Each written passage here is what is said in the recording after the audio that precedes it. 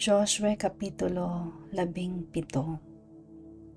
Isang bahagi ng lupain ang ibinigay sa lipi ni Manases, sapagkat siya ay panganay ni Jose. Ibinigay ang Gilead at Bashan kay Makir na ama ni Gilead, anak na panganay ni Manases, sapagkat siya isang mandirigma. Binigyan din ng kani-kanilang bahagi sa lupain ng mga angkan nina Abiezer, Helek, Asriel, Shechem, Hefer, at Semida. Sila ang mga anak na lalaki ni Manases at mga pinuno ng kani-kanilang angkan, ngunit si Zelophehad na anak ni Hefer at apo ni Gilead na anak naman ni Makir at apo ni Manases ay walang anak na lalaki. Babae lahat ng anak niya at ang pangalan nila'y Mala, Noah, Hogla, Milka at Tirza. Lumapit sila kay Eleazar na pari, kay Josue na anak ni Nun at sa mga pinuno ng bayan. Sinabi nila, iniutos ni Yahweh kay Moises na bigyan din kami ng lupain gaya ng ginawa niya sa iba naming kapatid. Kaya't ayon sa utos ni Yahweh, binigyan din sila ng bahagi tulad ng kanilang mga kamag-anak na lalaki. Ito ang dahilan kung bakit ang lipi ni Manases ay tumanggap pa ng 10 parte bukod sa Gilead at Bashan sa kabila ng Jordan.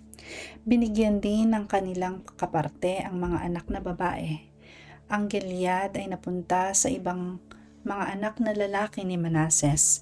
Ang lupain ng lipi ni Manases ay mula sa Asher hanggang sa Mikmetat na nasa tapat ng Shechem. Buhat doon nagtuloy ang hangganan sa En-Tapua.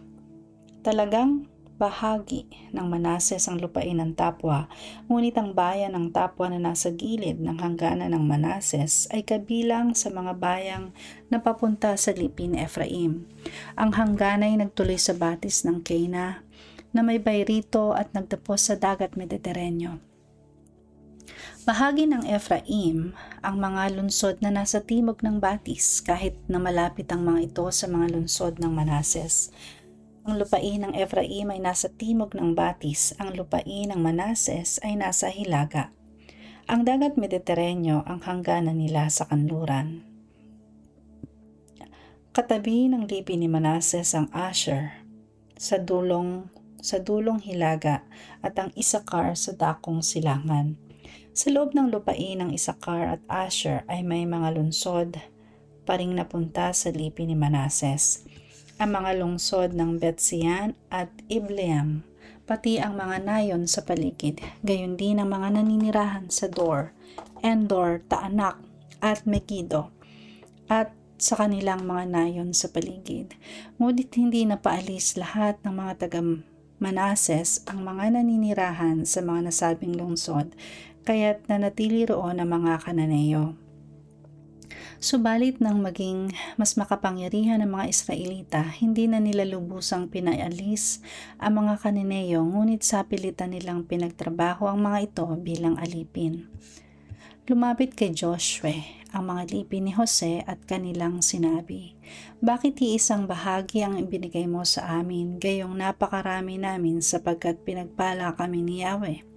Sumagot si Josue, "Kung hindi sapat sa inyo ang kaburulan ng Ephraim, pasukin ninyo at linisan ang mga kagubatan sa lupain ng mga Perezeo at mga Refaita."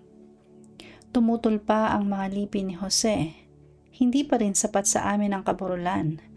Hindi naman namin kaya ang mga Kananeo sa kapatagan sapagkat sila ay may mga karawahing bakal. Gayon din ang mga Kananeo sa Betshean, sa mga nayon sa paligid at sa kapatagan ng Jezreel." Sumagot muli si Josue, "Kayo'y napakarami at makapangyarihan, hindi lamang iisa ang magiging kaparte ninyo. Mapapasa inyo ang kaburulan. Kahit na kagubatan pa ngayon, lilinisin ninyo at titirhan ang kabuuan niyon.